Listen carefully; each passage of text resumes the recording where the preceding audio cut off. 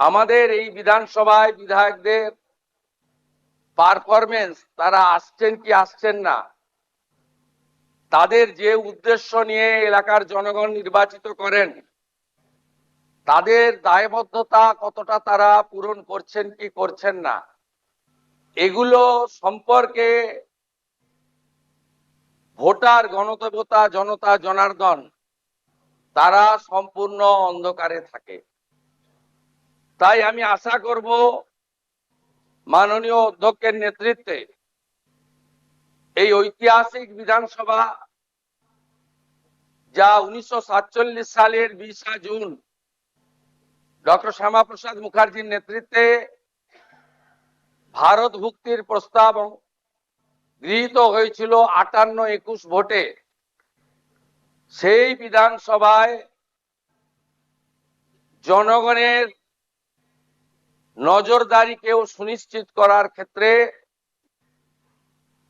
বিভিন্ন বিতর্ক, প্রশ্নোত্তর পর্ব, bill, budget, departmental budget, private member bill, calling attention, zero hour, mention ইত্যাদি সবকিছুই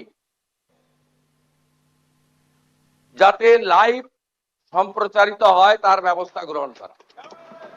আমাদের মুখ্যমন্ত্রী মাননীয় শুভেন্দু অধিকারী মহাশয় উনি বিধানসভাতে এই যে ডিসিশনটি নিলেন, এটা একটা বিশাল বড় অ্যাডভান্টেজ আপনাদের প্রত্যেকের জন্য।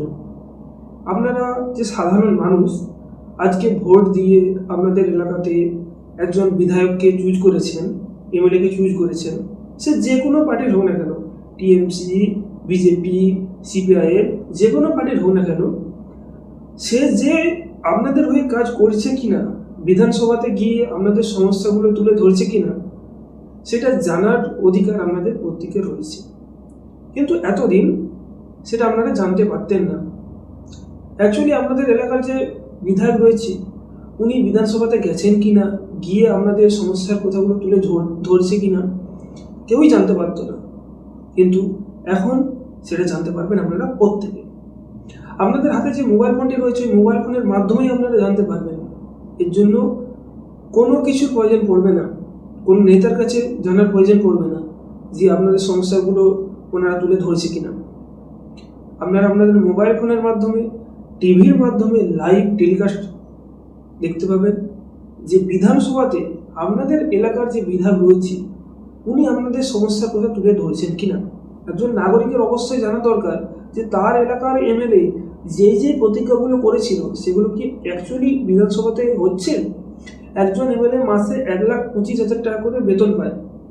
সেই 1,25,000 টাকা তিনি যে পাচ্ছেন আমাদের আপনার ট্যাক্সের টাকা, সেই টাকা নিয়ে কি সে শুধুই বাড়িতে ঘুমাচ্ছেন, নাকি অ্যাকচুয়ালি যে কারণে আপনারা তাকে চুজ করেছেন একজন এমএলএ, একজন বিধায়ক হিসেবে, সেই কাজ সে করছে।